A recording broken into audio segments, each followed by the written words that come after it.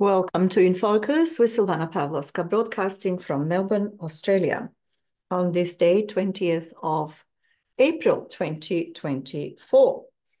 Continuing our series on the Macedonian question, and in particular, the scholarly publication by Professor Dr. Igor Janev, titled The PRESPA Agreement as Cultural Genocide of the Macedonian National Identity. This scholarly publication, published in 2023, contains 6 chapters, and we've started chapter 6. Our previous broadcast was the first part of chapter 6. Now we're going to continue the second part of chapter 6. And the professor says the following.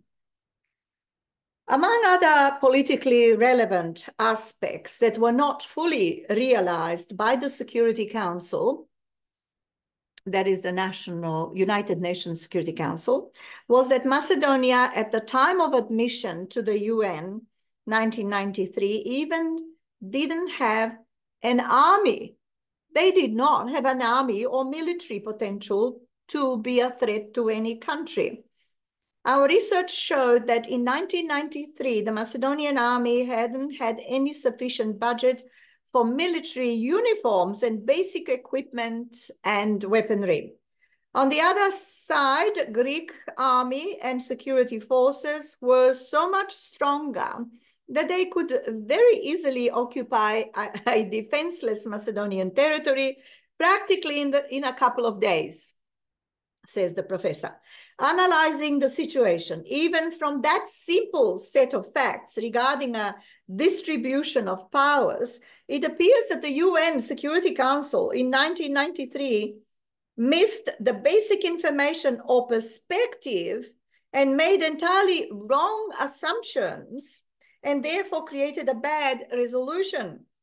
As we realized and have also mentioned it in this study, in this publication, the Greek ministers of defense, Kamenos, in 2019, reported to the Greek parliament before the ratification of the PRESPA treaty that his army, that is the Greek army, can occupy North Macedonian territory within 20 minutes.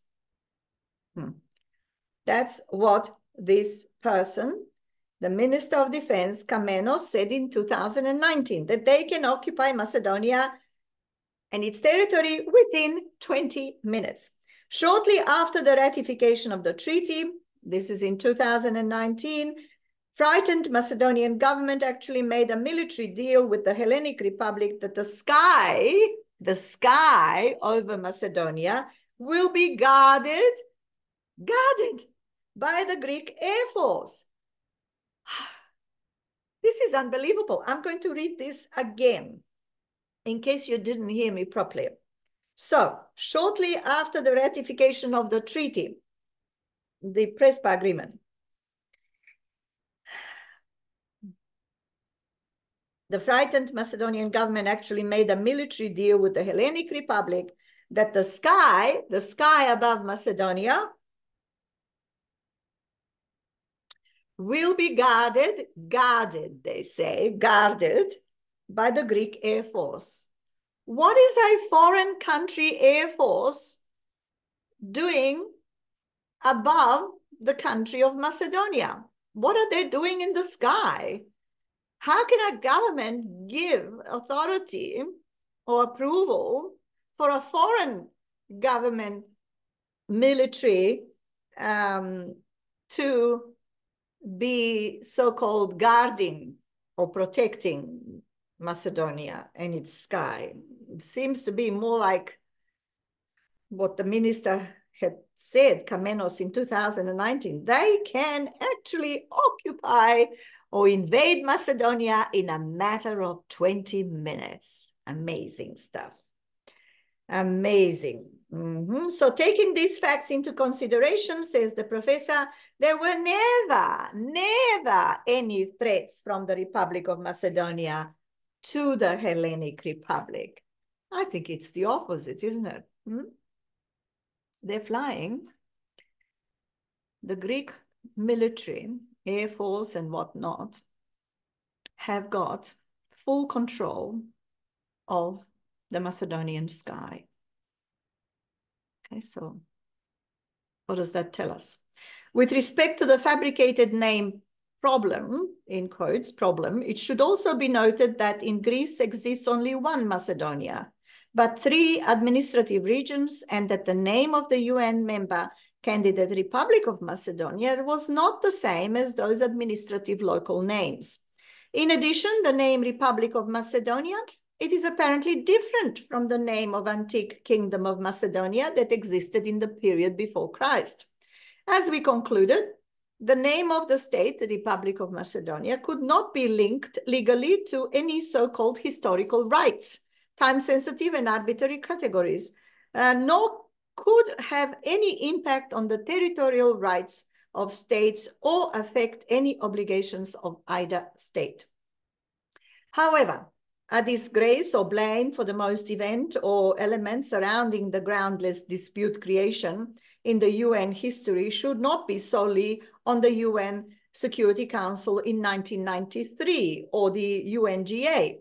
The first president of the Republic of Macedonia, Kiro Gligorov, disregarding the mentioned opinion of the European Union Arbitrary Commission delivered in 1992 that Slovenia and Macedonia have satisfied the criteria for statehood, needlessly started to negotiate the name of its state, that is the Republic of Macedonia, and by causing problem issues. Gligorov naively, in fact, admitted that there was an issue between the 2 countries, creating worldwide issue.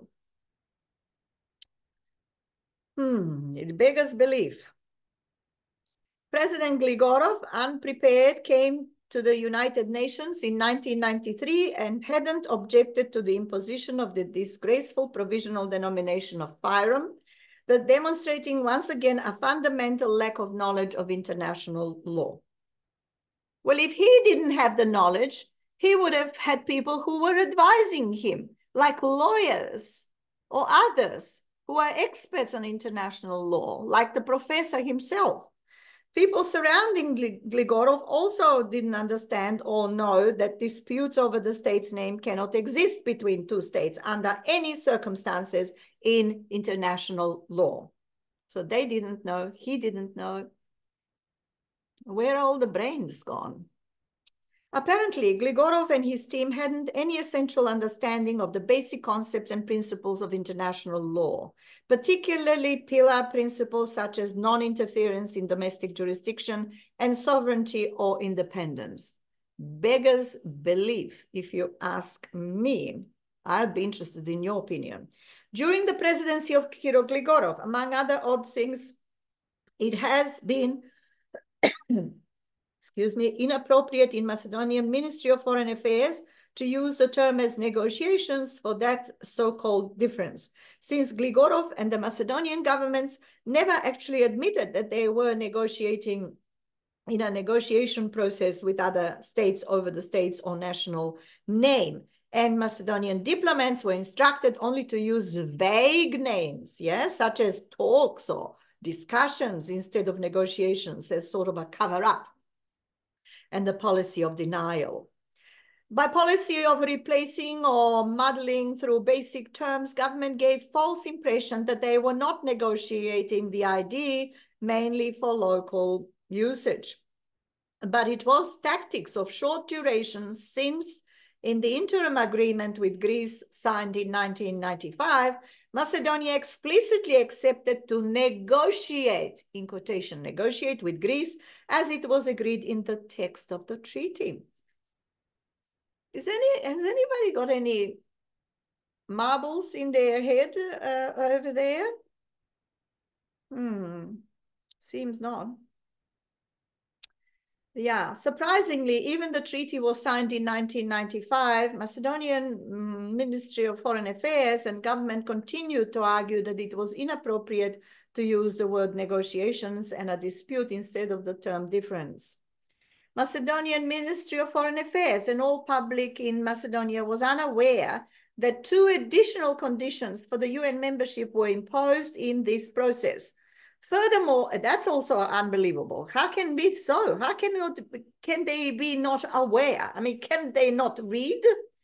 English or Macedonian, or get it translated if it's in English, translated in Macedonian. Surely there would be independent translators who will render the meaning and the accuracy required.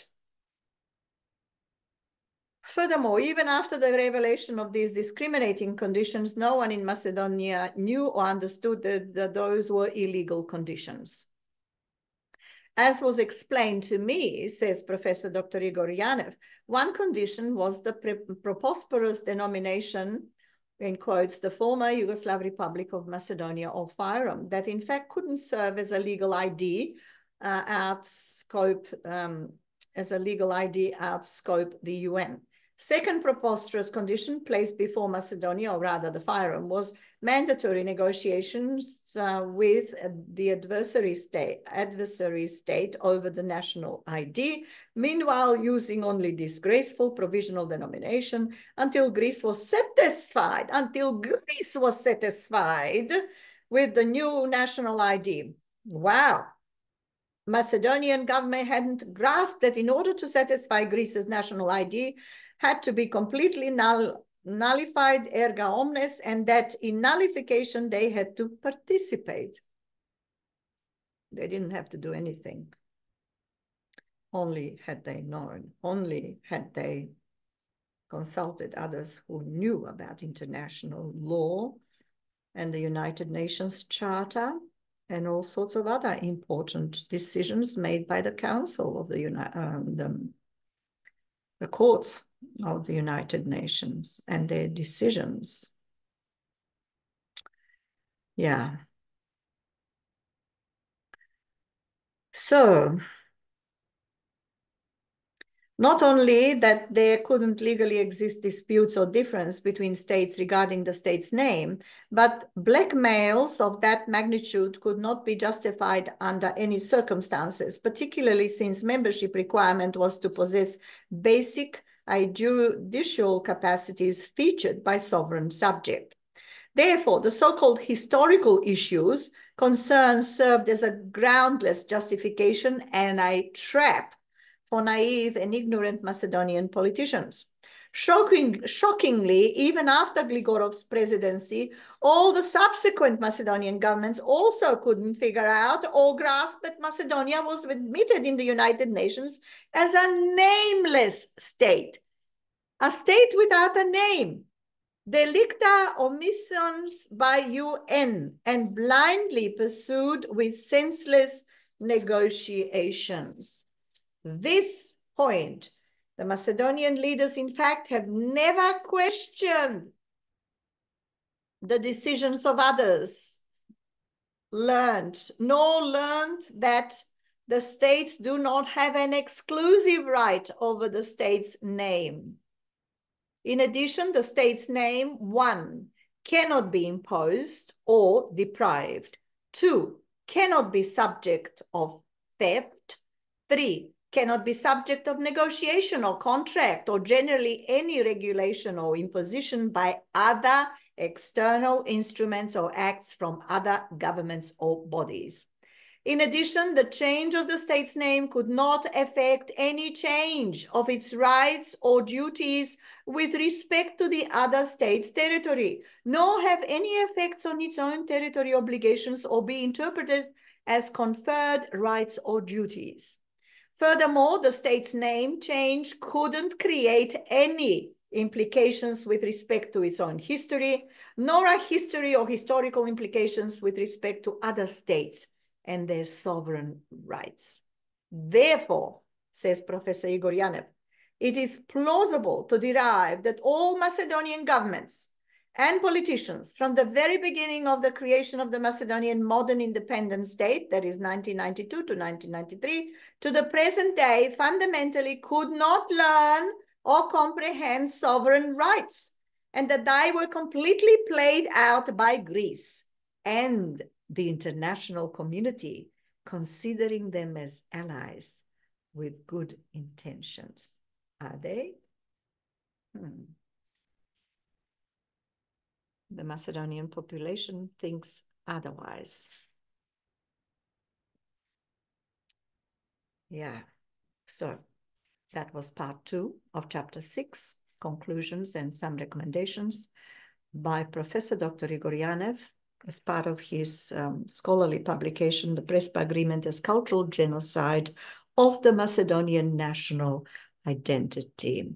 We shall continue with part 3 and the rest of the parts until we finish this chapter. So thank you for your attention. You've been listening to In Focus with Silvana Pavlovska, broadcasting from Melbourne, Australia, independent journalist. And we're grateful to the professor for allowing us to bring this to the public's attention. I shall see you soon.